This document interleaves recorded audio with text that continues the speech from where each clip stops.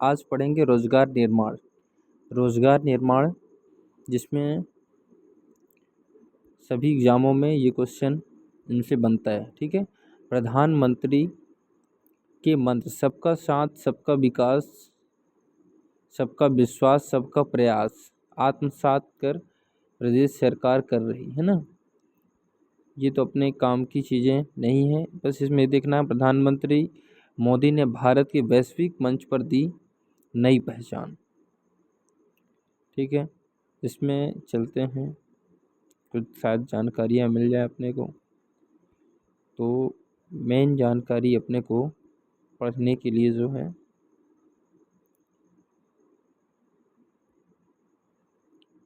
ठीक है, कुछ कुछ इधर देख लेते हैं क्या है। वीरांगना रानी दुर्गावती की वीरता, शौर्य पर पराक्रम भावी पीढ़ी के लिए प्रेरणा। ठीक है। रानी दुर्गावती, देखो इसमें कुछ चीज़ें हैं, जैसे रानी दुर्गावती के नाम पर चिड़िया व रेस्क्यू सेंटर बनाए जाने की घोषणा। ठीक है। ये करंट में है कि मध्य प्रदेश में मोटे अनाज के उपार्जन को प्रोत्साहित करने के लिए रानी दुर्गावती के नाम पर प्रारंभ की गई योजना। ठीक है। तो ये योजना चल रही।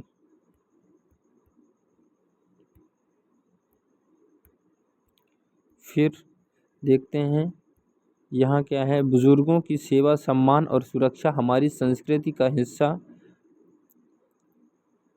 ठीक है। ग्राम पंचायत में मिलेगा सशक्तिकरण, पारदर्शिता का स्वामित्व, श्री पटेल जी बोल रहे हैं। ठीक है। फिर अपने को चलते हैं, इधर कुछ नहीं है, यहाँ देखते हैं। देश में रेल यात्रियों को उपलब्ध कराई जा रही है विश्वसनीय सुविधा। क्या क्या सुविधा है, थोड़ा सा कुछ देख लेते हैं इधर। प्रदेश में मेट्रो ट्रेन सहित 4 ट्रैक पर रेल संचालन की व्यवस्था में क्रांति आई। ठीक है। फिर इसमें भोपाल के पास रायसेन के उमरिया गांव में बनेगा रेल कोच का निर्माण कारखाना। मध्य प्रदेश में संचालित है 1,00,000 करोड़ रेल परियोजना। ठीक है। क्या संचालित है? 1,00,000 करोड़ रेल परियोजना। ठीक है। फिर देखते हैं बच्चों की गुणवत्ता पुस्तक समय पर मिलेगा, है ना। गुणवत्तापूर्ण पुस्तक समय पर मिलेगा। डिजिटल पारदर्शिता प्रक्रिया से आंगनबाड़ी कार्यकर्ताओं की भर्ती, ये अभी चल रहा है। जो मध्य प्रदेश मुख्यमंत्री बाल विकास सुश्री निर्मला भूरिया ने कहा कि मध्य प्रदेश में पहली बार आंगनबाड़ी कार्यकर्ता एवं सहायिका कार्यकर्ता की पूर्णतः डिजिटल पारदर्शिता प्रक्रिया के माध्यम से की जाएगी। उन्होंने बताया कि प्रदेश भर में कुल 19,504 रिक्त पदों की पूर्ति के लिए विज्ञापन जारी कर दिया गया है। सुश्री भूरिया ने बताया कि यह भर्ती प्रक्रिया प्रधानमंत्री नरेंद्र मोदी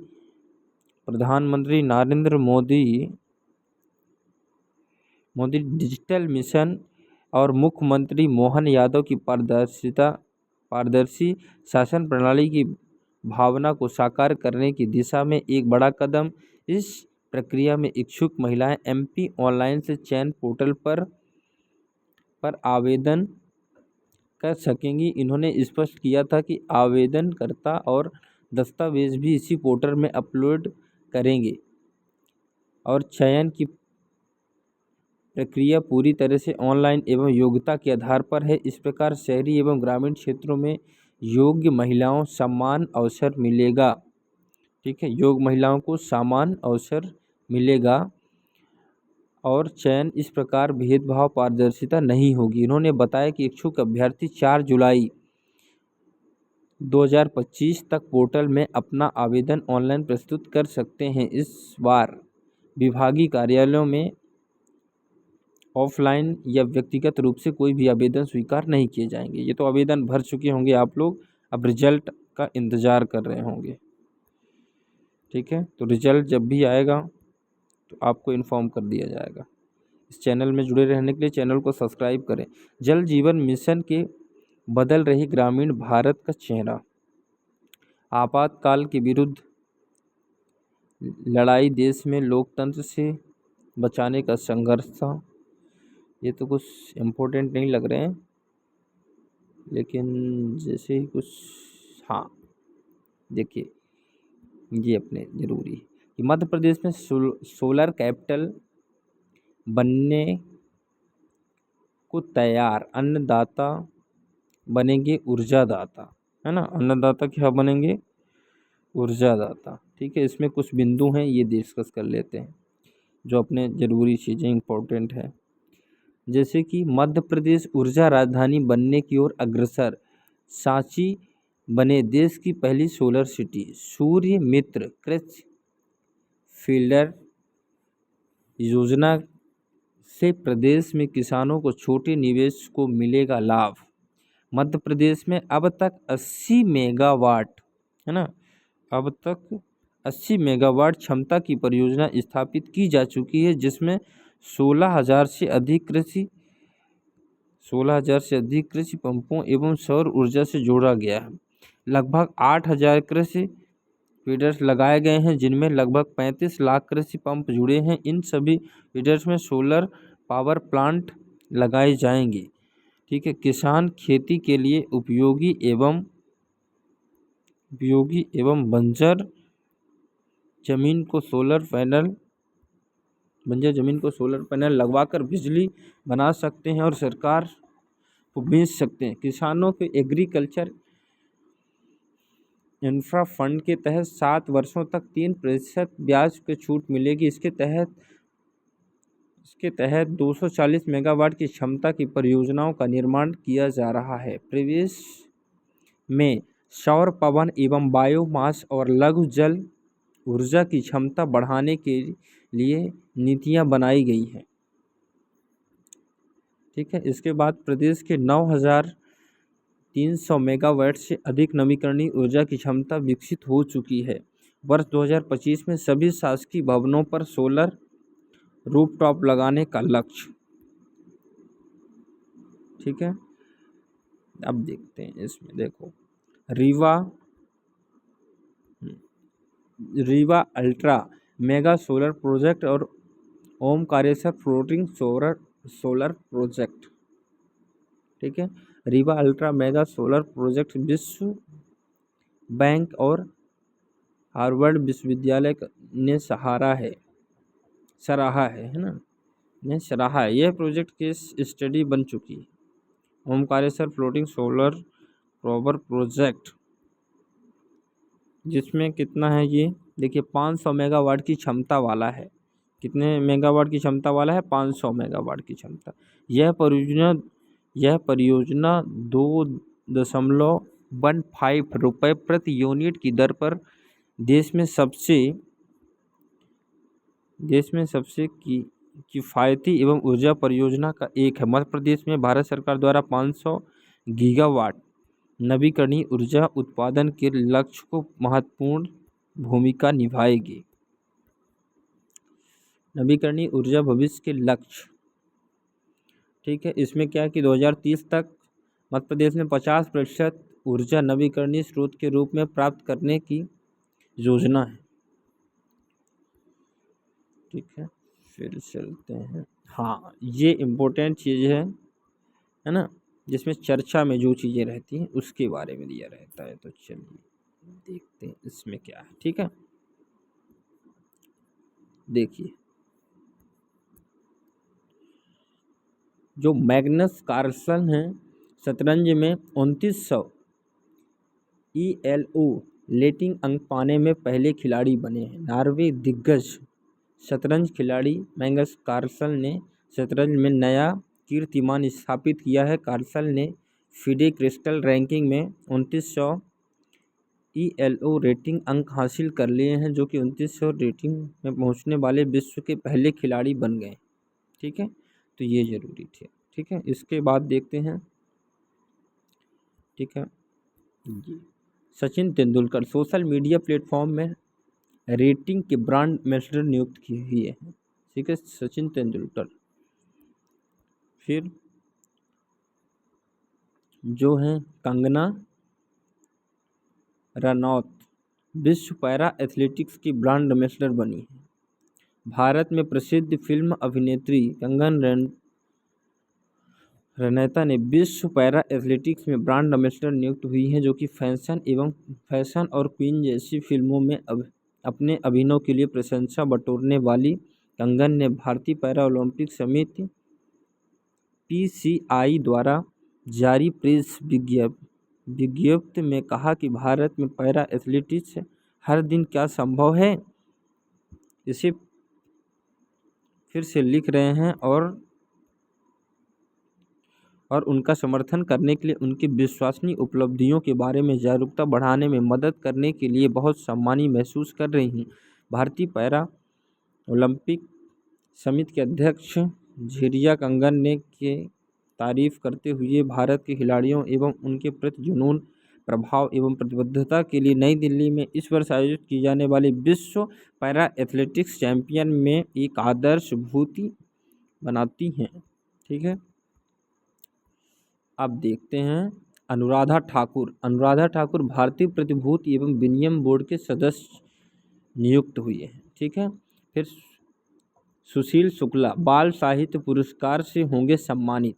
ठीक है, 2025, जो कि 24 भाषाओं में बाल साहित्य एवं 23 भाषाओं में युवा पुरस्कार के लिए रचनाकारों का चयन किया गया है। ठीक है, फिर इसमें चलते हैं केलेची एजीही लगातार 35 घंटे गोल्फ खेलने का रिकॉर्ड बनाया। अचल तटरक्षक बल समिति हुआ स्वदेशी तीव्र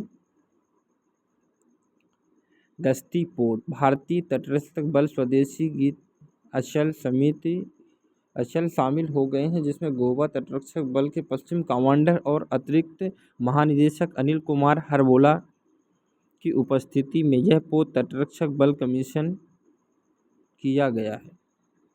ठीक है, किनके उस पर किया गया है? अनिल कुमार हरबोला, जो कि महानिदेशक है ना, अतिरिक्त महानिदेशक। इसके बाद कृत्रिम सूर्य ग्रहण का सफल परीक्षण किया गया। यूरोपीय अंतरिक्ष एजेंसी ने प्रोबा 3 मिशन के अंतरिक्ष में पहली बार कृत्रिम सूर्य ग्रहण बनाया है। यूरोपीय अंतरिक्ष एजेंसी ने बताया कि इस मिशन के दौरान 2 छोटे सैटेलाइट अंतरिक्ष में एक खास दूरी पर उड़ाए गए, जिसमें एक सैटेलाइट को सूरज से ढक लिया और जैसे ही चंद्र ग्रहण के दौरान चंद्रमा सूर्य को ढक लेता है, वैसे ही दूसरे सैटेलाइट को उस समय सूरज के बाहरी रोशनी की तस्वीर ले रहा था। एजेंसियों ने बताया कि सूर्य ग्रहण के दौरान ही वैज्ञानिकों के सूर्य ग्रहण की बाहरी परत ठीक से देखने का मौका मिलता है, लेकिन प्राकृतिक सूर्य ग्रहण कुछ ऐसे पल के लिए होता है जो हर जगह नहीं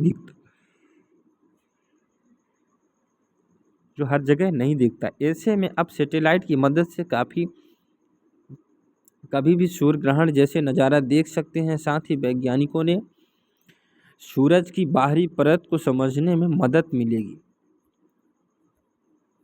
शिव सुब्रमण्यम रमन PFRDA के अध्यक्ष पद कार्यभार के लिए ग्रहण। ब्लेज मैट्रेवली ब्रिटेन के गुप्तचर एजेंसी MI6 की प्रमुख नियुक्त। Rafael Nadal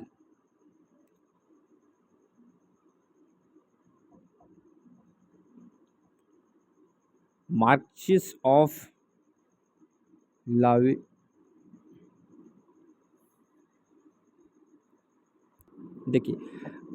Marxist of लालवेवान D Majorca की उपाधि मिली। ठीक है, फिर इसमें देखते हैं ईरान में IRGC के सूफिया संगठन के प्रमुख नियुक्त।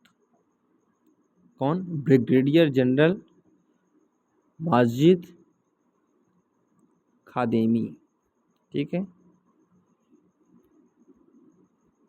फिर देखते हैं, फिर इधर कुछ इम्पोर्टेंट नहीं है, क्वेश्चन आंसर देखते हैं।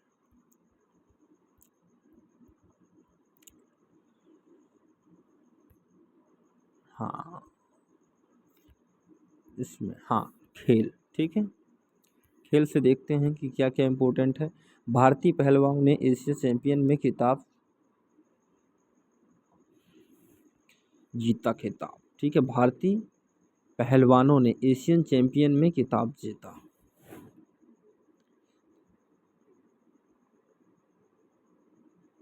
ठीक है, फिर ठीक है, नीरज ने जीते लगातार 2 स्वर्ण पदक।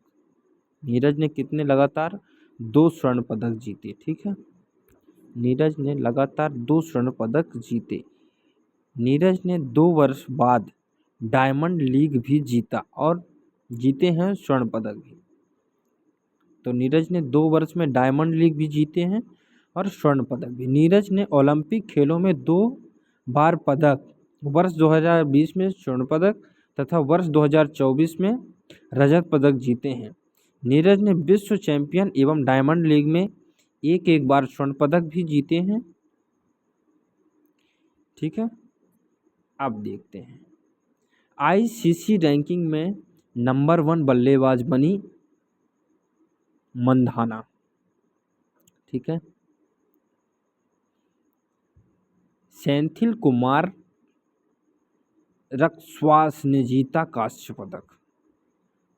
हॉकी खिलाड़ी में मिलेगा 25,000 रुपये प्रतिमाह भत्ता। ठीक है, हॉकी खिलाड़ियों को मिलेगा 25,000 प्रतिमाह भत्ता। इंग्लैंड में 5 विकेट से जीता टेस्ट मैच। इंग्लैंड ने 5 विकेट से जीता टेस्ट मैच। भारत और इंग्लैंड की टेस्ट सीरीज में इंग्लैंड ने 5 विकेट से जीता टेस्ट मैच। दिव्या देशमुख ने विश्व की नंबर 1 खिलाड़ी यीफान को हराया। दिव्या देशमुख ने विश्व की नंबर 1 खिलाड़ी यीफान को हराया।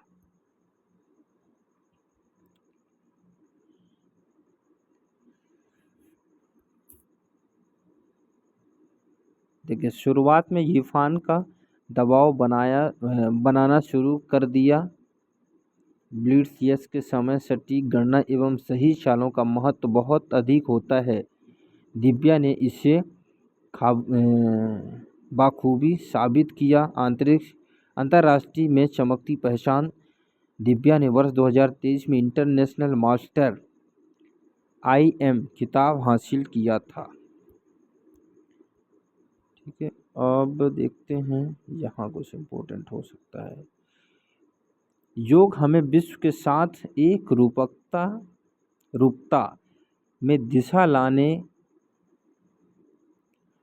में ले जाता है और हमें सिखाता है कि हम अलग अथक नहीं बल्कि प्रकृति का ही हिस्सा हैं।